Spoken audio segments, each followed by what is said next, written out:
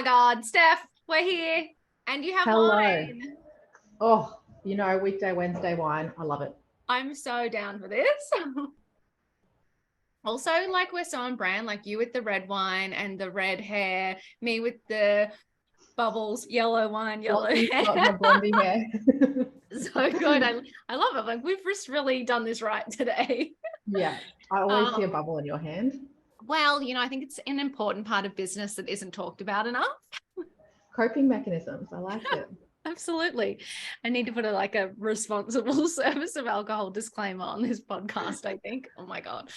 But thank you. Enough about me. Thank you for being here. I'm so excited to chat. We've known each other for a little while now. So excited to share your business story with the Spark community. Yeah, it's good to know you on a personal level, and now I get to do fun things like this with you, a podcast. Yes.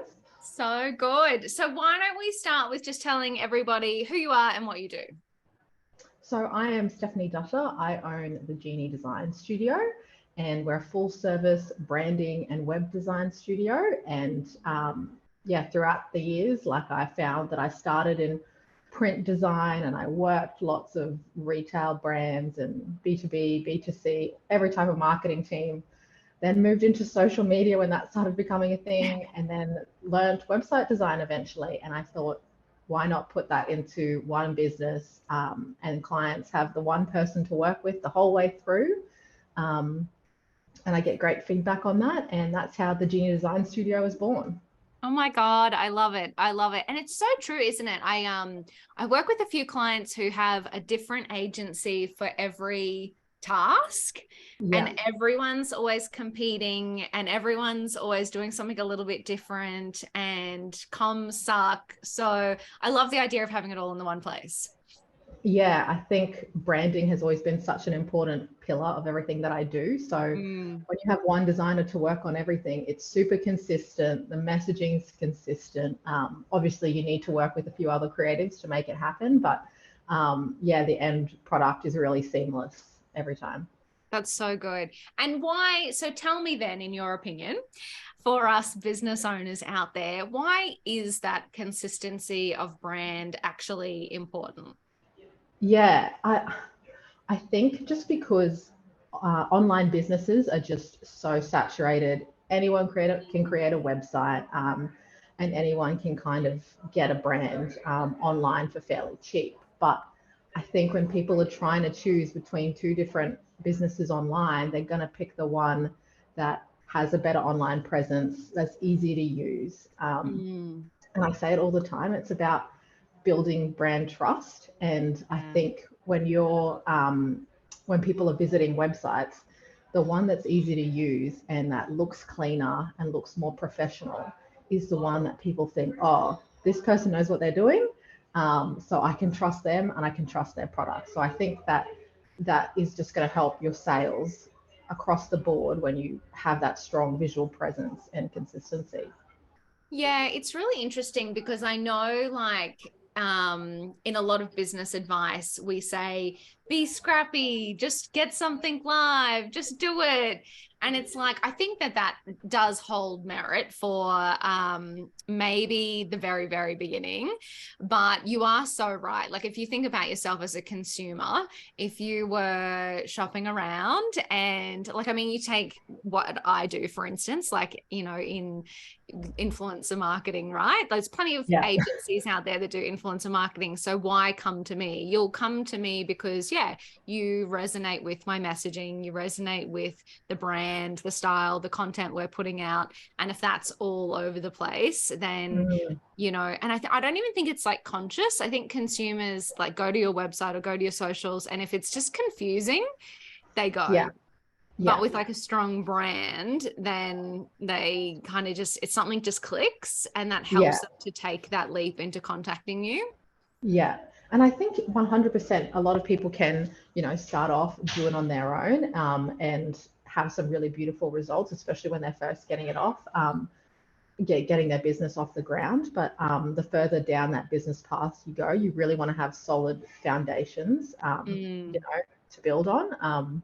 I think one thing I love about your brand for Spark is I think you are your brand, and that's always so yeah, the value of you being your own ambassador for your brand, I think is so powerful. I think you've done that really consistently with your brand.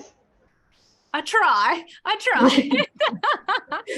know it's interesting though, isn't it? Like the difference between having a brand that's like a brand versus a brand that is like heavily driven by the founder. And I Yeah. always find that a really hard like line to kind of straddle, for want of a better word. To kind of figure out, because you've also got to think about the end game as well, right? Like, where is this actually going? If it's all about me, does that limit my options for the future? Does it seem small if it's about me? So I don't know. Do you have any advice to people that are trying to figure out how to like, make that decision, whether it should be just themselves as a personal brand? Also, like if you decide to make it just all about you, do you still have to think about branding? 100%. I think you still have to think about branding when it is all about you, because just your personality would then be your brand's personality, and you really want that to shine through, because when people are looking to work with you, they're looking for personalities that match. So if your personality shines through, then I think that'll shine through your brand as well. At the moment, the Junior Design Studio is definitely, I'm the face of the brand, and I love that, and my clients really love that as well. So I'm definitely running with that. In terms of whether people are deciding, yeah, definitely don't fence it. Like, either go down that path of fully embracing yourself as the owner and the face, or if you do want to take a step back and be able to leave your business occasionally, then maybe the agency pathway and kind of branding for yourself is a better look, because at least you have other people you can kind of rely on to pass things off on. At the moment, I'm still in the first few years of my business, so I want to be here and I want to be working with the clients, every day. And I'm still loving that. So that's a really enjoyable first part of business, and I think people should enjoy that first part of business. Totally. I think that's such a good point, because I think it doesn't matter what stage of business you're at, you can choose to be stressed out. Like in the very beginnings, when there's like heaps of hustle for when they're, oh my God, I've landed a whole bunch of clients and I don't know how I'm actually going to service them, or oh my God, I've now got to hire people. Like, you can literally choose to be stressed out every step of the way. So I like that idea of actually stopping to enjoy it. And something stuck in my mind before that you said around brand, and how, yes, you can kind of be scrappy in the first instance, but then sitting down and actually establishing your brand and getting somebody professional to work on it. There's one thing that's annoying me at the moment is Canva templates. Like, I see all of these brands cropping up that just look like Canva templates. Yeah. And I mean, don't get me wrong, Canva's great. I use it for some of my things, but I try not to use any templates. I try and create my own just using that tool. But yeah, I feel like, having someone on your team like you to actually sit down and kind of understand what it is you're trying to achieve is a much better strategy. Yeah, I think because it is just me, I try and set up more sustainable kind of design for other business owners, so that they don't have to keep coming back to me, because they don't want to be constantly spending the money every month. So, setting up a web design that people can edit themselves is super important to us. And then setting up Canva templates that are custom to your brand, but then you can take away and use yourself. So it's like that middle That's cool ground where you can still have these custom and beautiful things, but you can still do it yourself, so that you can keep the budget low. And that is, I think, I like have to interrupt you and say that is the most important thing. Do you know how much money I've wasted in the 10 years of Scrunch on fucking custom websites? And every time I was like, this is ridiculous. I want to change one word and I have to get a software developer to do it. So people need to like go with somebody that can set them up on a platform that is editable and self-managed. And especially in your first few years of website design, it's going to change, and your target market's going to change quite quickly as you pivot and figure out what market you want to pick. Yes. So, you don't want to invest too much money in that at the very start, until you've figured out all those niggles and knots.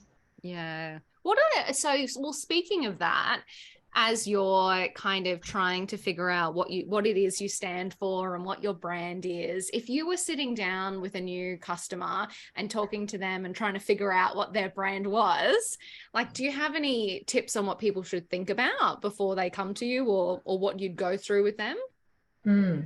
So particularly with the branding process, I always start off with a questionnaire so that I can really get people thinking deeply about their brand, so I can start to build some of that strategy around the visual identity.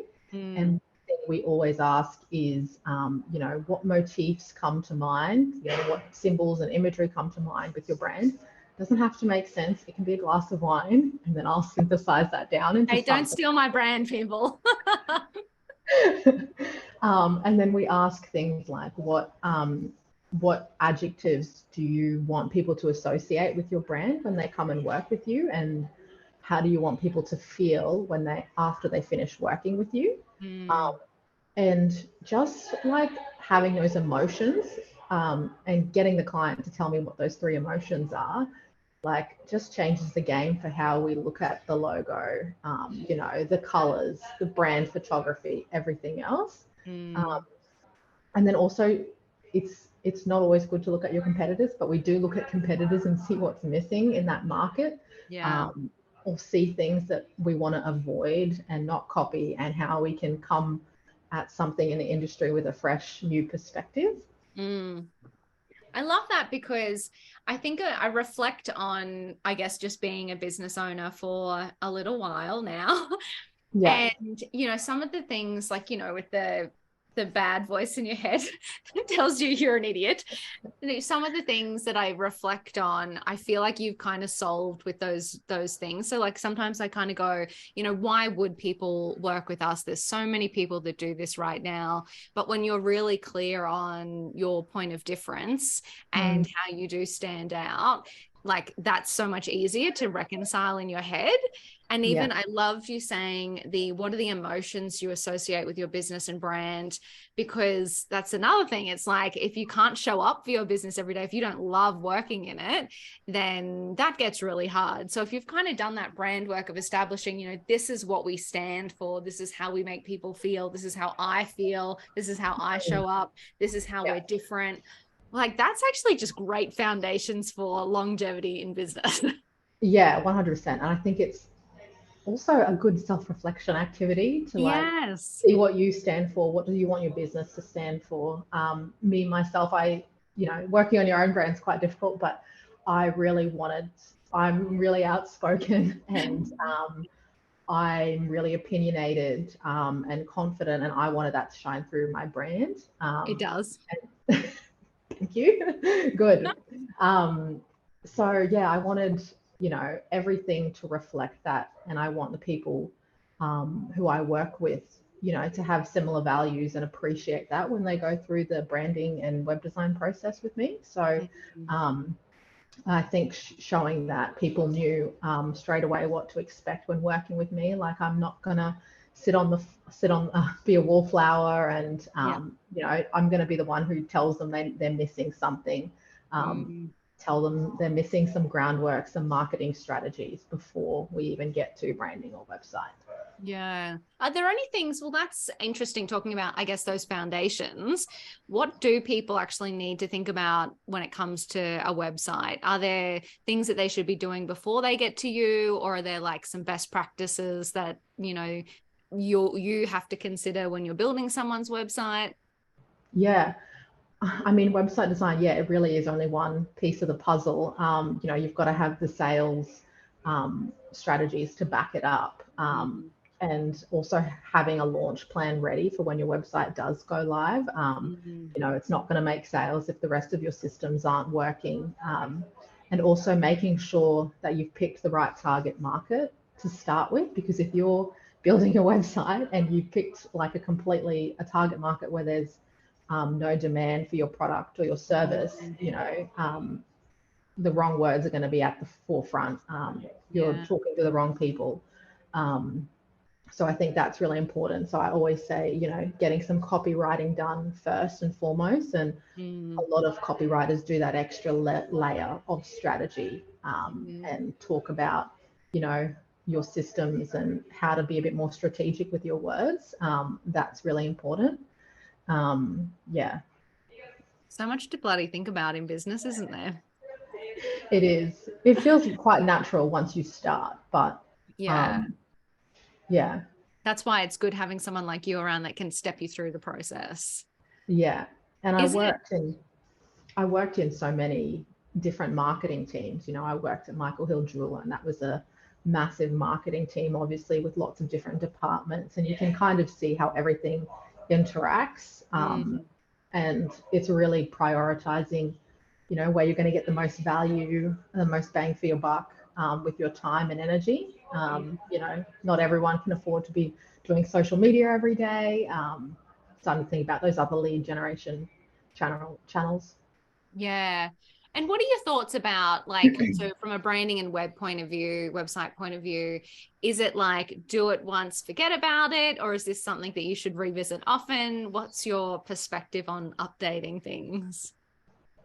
Depends if it's working for you and what you're like.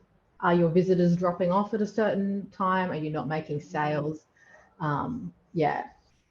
Always assessing how much or how little people are interacting with your website. Yeah. If it's working well, I would focus your efforts elsewhere, because we only have limited amounts of time as business owners. So one thing that is always good to keep top of mind is, making a blog post every now and again for organic SEO, changing a few words on each page, just so every couple of months, just so Google can see you're giving us fresh content. It doesn't have to be heaps of stuff, but just so that Google knows it's fresh content. Otherwise, we'll just keep being bumped down the Google ladder.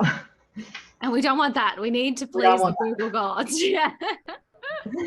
Oh, I love it. No, that's so good. It's something that, I feel like a website feels like a big project, brand feels like a big project. You kind of do wonder how often you need to revisit it, or once you do that kind of, I guess that's like, it's like foundations, right? If you kind of do it right at the beginning, then it is just those small tweaks, rather than it being like a giant ordeal every, couple of years or 1 to 2 years. So yeah. And if you have budget for it, invest early, get it done right the first time, so that you don't have to, throw it out and start again 2 years later because it wasn't what you wanted. So yeah, striking a good balance. Yeah, I can attest to that. I've thrown out many websites. Oh my God. I love it. I love it. Okay. So let's talk about your journey in business. So, we know that you've gone from career woman to business owner. What was it like making the leap from employee to business owner? Yeah. And how did you make that decision? I think I always wanted to have my own business. I definitely worked at some really, I definitely burnt a lot of midnight oil at a lot of places. And I think I realized if I'm going to be putting in this much hard work, I want to be doing it for myself and my own business. And then I also just had a lot of support from friends, family, other women in business who just said, you can totally do this. Yes. And yeah, it was just about backing myself 100% and just diving in and doing it. And that's how I learned. That's how I realized I loved it and I was meant to be doing this. I love it. Yeah. But yeah, I definitely, I was often I was at a design agency once where we weren't allowed to ask questions of the client because it was perceived as being difficult. And I just thought, that's so not me. Like, I'm so open and honest and transparent, and I wanted to build a business where it's okay to, have a bit of a relationship with the client. And definitely there's a market for people who just want you to go away and do the design, but I like the personal relationships that I build with people. And I think that's something that I really enjoy about running my own business. And I think that's why I did it. I also like, I mean, I get it, some things I get outsourcing and saying, this is what I want, just do it and come back to me. But I kind of feel like if you didn't ask questions and really get to know people, that I almost am certain the first thing that comes back, people wouldn't be happy with, because I don't think Mm. people can really articulate things sometimes. I don't think people can actually say, I want it to look like XYZ. This is exactly Yeah. what I'm all about. I mean, I'm 10 years in and I'm still like, I'll listen to a podcast and I'll be like, oh, yeah, that's what it is. That's how to say it. Or I'm still trying to figure it out. Like, if you didn't build those connections and relationships, I kind of feel like it'd be hard for you to do your job. Mm. And I think it's also about coming with questions to the client, but also already having solutions ready to go, Yeah. so that they feel reassured, if they're not sure about something. Mm. And how do you go? I know you're in a co-work space. Mm, How do you go? Like, what's the, structure of your day? Like, have you consciously done co-work space to be around other people? Like, how do you manage, your energy? And I know you already said when you worked in for other people, you burnt the midnight oil anyway. So you're probably just that type of person. But how yeah. have you found it when it is more solo? It's good because you can kind of embrace when you're feeling creative, Mm, and then relax and try and take a load off when you're not feeling creative. Like, doing a 9 to 5, if you're not feeling creative, you still have to show up and try and be creative, which, mm. you know, just burns money. Yeah, Whereas totally. now, Sitting there staring at the screen. yeah. Yeah. Whereas now I'm like, I know I'm not going to be productive today, so I can, enjoy the fruits of my labor and relax today, Yeah. and do other things that light me up, and then come back tomorrow and be 5 times more productive. Mm. And I think that's a really special part of owning your own business, getting to pick those hours. Yeah. Yeah. That's so good. What about challenges? What's been your biggest challenge being in business for yourself? Mm, definitely cash flow is really hard. Mm. But for me, I've always used that time to develop my skills further, Mm. and develop, a really premium process for my clients so that they feel really taken care of when they come and work with me. And that's also meant, yeah.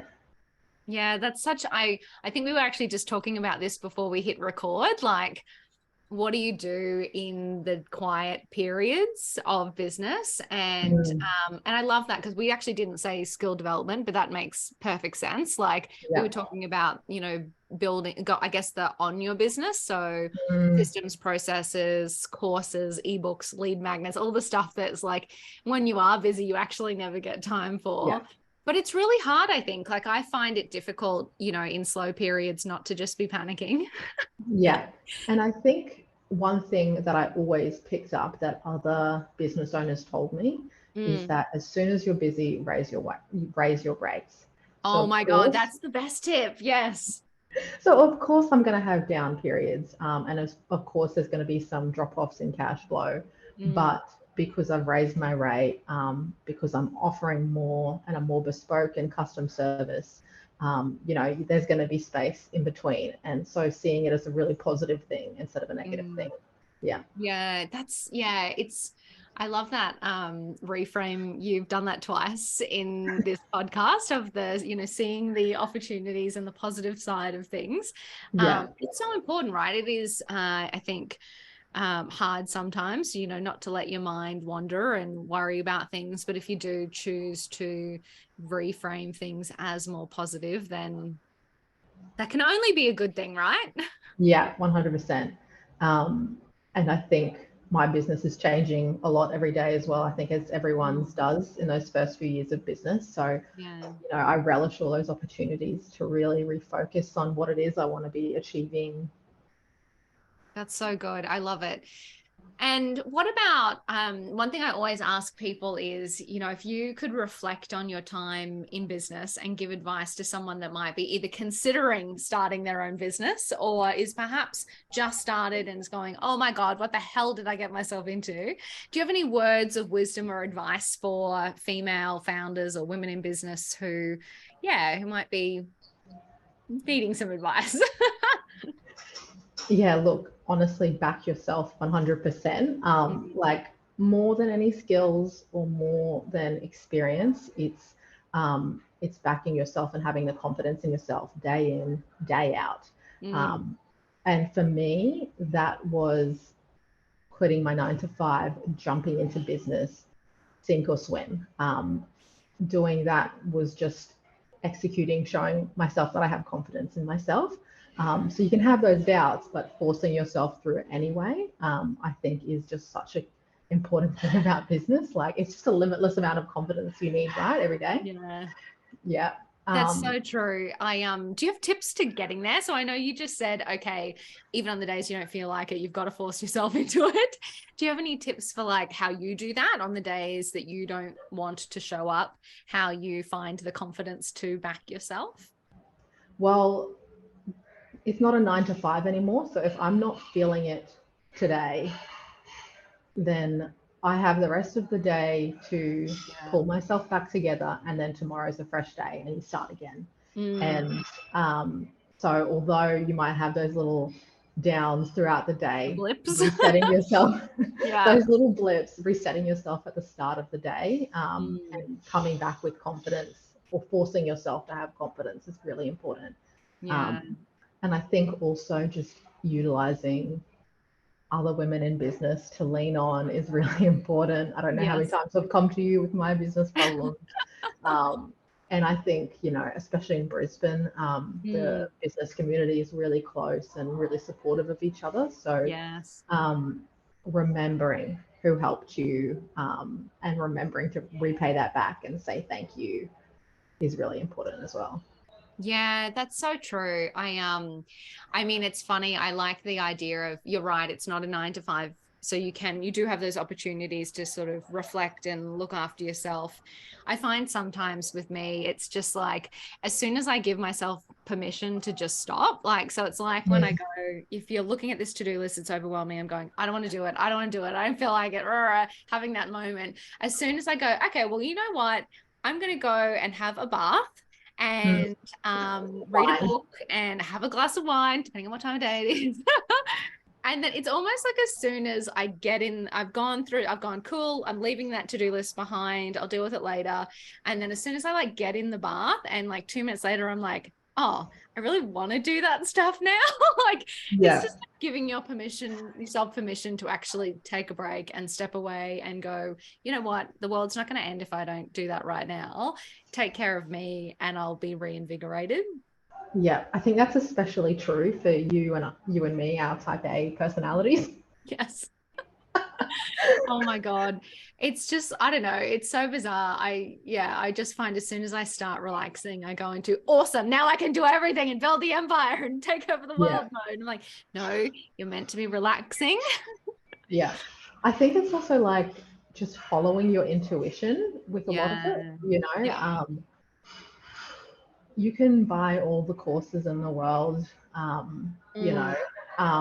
in the end, there's going to be a gut feeling that feels right for you, and you're only going to learn when you try it. So I always want to be trusting my intuition and trying the thing and seeing if it works, and then learning from my mistakes. Yeah, I love that. I think you're so right. When you start a business, you don't know what's ahead of you, right? You don't, you've got to wear so many different hats. You have no idea what the path looks like. You kind of have a clue as to what you want to do for people, but even that changes over time. So you're right, trusting your gut and trying things out and sort of navigating the path. I love that. That's the best advice ever. Yeah, and I think being how I positioned myself and my brand as being me and being open and honest, I can kind of afford to make mistakes occasionally and be really human and be upfront and honest with my clients about what's going on. Yeah. You know, it's not a big company where I need to put on a super, you know, you know, put on a different face to try Mm. and show some sort of professionalism, like I'm human. And I think that's one thing that people always come to me because they know I'll be honest no matter what happens down the road. Yeah. You know, I'll be the first to tell them if something's wrong with the website and then the first to fix it as well. Mm. So that like little element of humanity in our brands and putting ourselves forward on social media and our websites, like that really assists you further down the line with all your interactions. Yeah, I totally agree. You know, it's interesting when you see people interact with big brands, um, how they do forget that there's humans on the other side of Yeah. their customer service emails or their posts on social media. So I think you're right. Like there is actually a benefit of showing up a little bit more human and being open with people, being honest and sharing your journey. Yeah, that's actually really interesting. I'd not thought about that because that's what I say when I talk to people about influencer marketing. I'm like, you've got to remember that the influencer on the other side of the email is a person. They're not Mm, just their Instagram account. And I'm like, to the influencer, you've got to remember that there's a human on the other end of the marketing email that you're emailing trying to get work. You know, yeah. you're so right. It is just, we're all just sitting here behind our email inboxes trying the best we can. Yeah. So sometimes humanifying, that's not a word, the brand could probably, yeah, bode well, I think, for business growth. Yeah. And I think like a client came to me the other day and said to me, got this problem with our website. It's not my website, it was someone else's. And I said, I Mm, don't know if I can fix it, but I'll have a look and I'll let you know. mm, And I think people like that switch in honesty because like I'm not going to tell you I can do everything. I can't. yeah. But I'm a really good problem solver and I will Mm, always find a solution. So instead of looking for someone who can solve all your problems, just find someone who's a good problem has a good problem solution way to work through issues. mm. And I think that's what I do really well. Oh my God, I love it so much. Thank you so much, Steph, for joining me on Spark TV. You Of are course. absolutely incredible. I know, you know, there's so many people listening in right now who are going, oh my God, I've got to get my brand locked in. Yeah. So I know we would have inspired some people to have a reflect on their businesses. So you're incredible. Thank you for joining us. Sales and a good website is all you need. So that's us too. I love it. Oh my God. New podcast, sales and a good website is all you need. Yeah, So that's perfect. amazing. Cheers. See you later.